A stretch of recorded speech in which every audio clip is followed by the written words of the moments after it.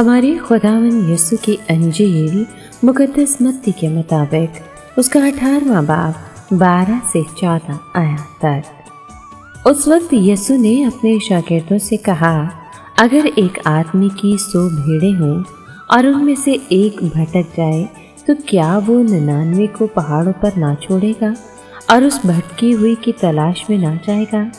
اگر ایسا ہو کہ اسے پائے تو میں تم سے سچ کہتا ہوں کہ وہ ان 99 کی نسبت جو نہ بھٹکی اس کے سبب سے زیادہ خوش ہوگا۔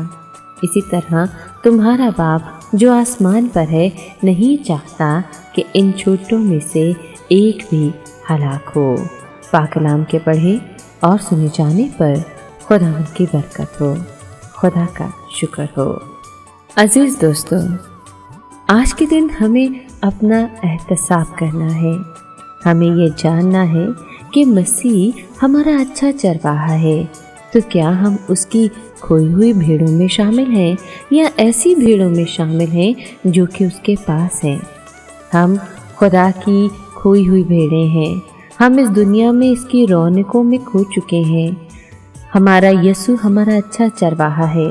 وہ ہم لوگوں کے لیے ہی آیا ہے۔ وہ اس دنیا میں ہمارے لیے آیا۔ اسی نے ہمیں گھیرنا ہے، ہم نے اسی کے پاس ہی جانا ہے۔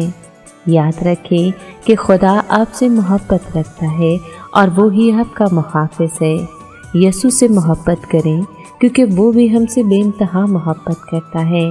ہم یسوع کی کلیسیا ہیں اور کلیسیا یسوع کا بدن ہے۔ اس لیے ہمیں مسیح یسوع کی راہ پر چلنا ہے اور لوگوں کو مسیح یسوع کی تعلیم کے بارے میں بتانا ہے۔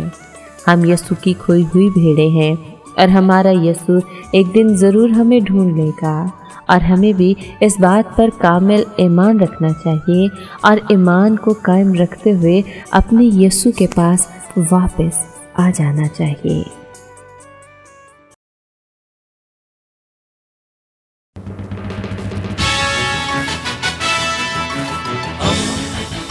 دوستی کا پیغمبر، ریڈیو ویریتاس ایشیا۔